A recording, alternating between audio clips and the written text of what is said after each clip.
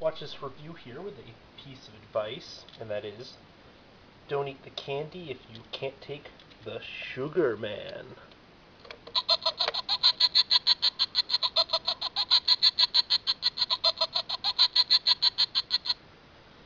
So, we'll be having a look at the X-Men Mutant Monsters Sugar Man figure, which came out, Toy Biz put out during the late 90s. Some time ago, I did review the Werewolf Wolverine from the same line. At that point, I didn't have the Sugar Man. And I should probably mention that if you do pick one of these up, it's not going to be exactly like this, because I ended up buying a sort of customized version where they added some paint and stuff. All this shadowing and stuff's not on the actual figure. Also, the veins are painted purple to make him a little bit more gruesome, although a character like this kind of stands out as being gruesome enough on his own.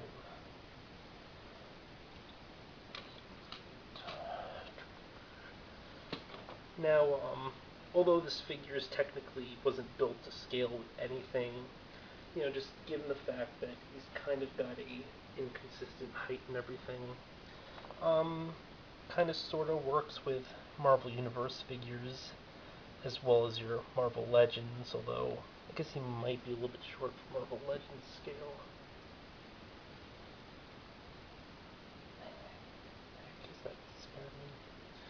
I'll just bring in a DC Universe Classics to illustrate the whole height thing. Don't know where the heck I put that figure down. Shoot, but yeah.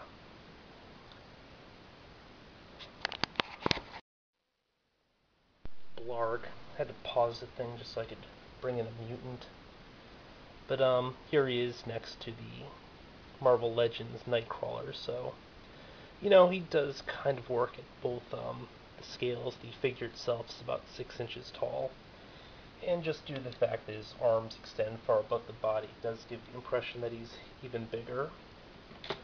Or if you, push the arms down a little bit, it could make him look a little bit shorter. Either way, it works out pretty well. Now, the figure does have a little gimmick here, because, see, more of a toy than anything else.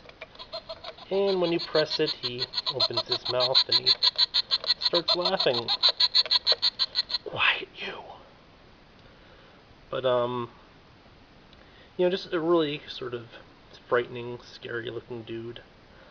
Don't know a terrible amount of this character, although I can tell you when I first saw him in stores, I was more than a little freaked out.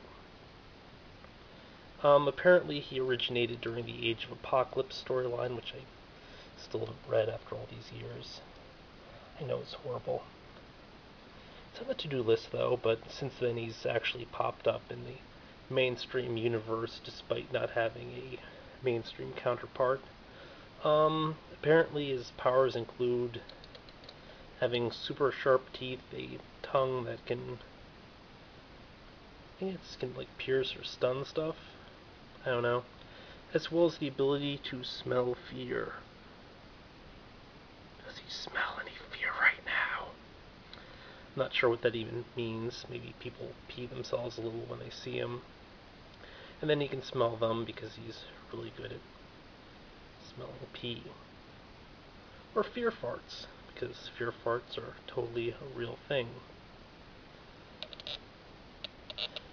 But, the weapons, kind of, chintzy and everything. You'll notice he has the word sugar written on his hammer here.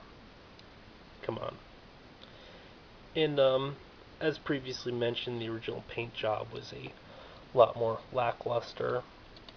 I unfortunately highlighted the whole thing, so I can't really show you a portion that doesn't look like that. By the way, the cat hair has nothing to do with the custom. It has to do with the fact that I have a cat who isn't as scared of these things as, she should be. But, as you'll notice, it's just heavy highlighting throughout. I guess right about here is kind of the skin tone that, he normally would have had throughout the figure. Unfortunately, though, the one sort of drawback is the fact they didn't do any highlighting or shading for the leg portion here. So it kind of stands out, and, but again, this is all done by people after the fact. It doesn't really come this way, so none of this directly impacts the figure or anything else. Although I imagine if you do pick him up secondhand, somebody probably will have touched him up a little bit, so, you know. Very neat sculpt. Very cool character who doesn't really get much attention or anything. In terms of articulation, all of the wrists rotate, all 4 of them. There are little pegs which can actually pop out. I believe the hands might be interchangeable. So yes, they are indeed interchangeable.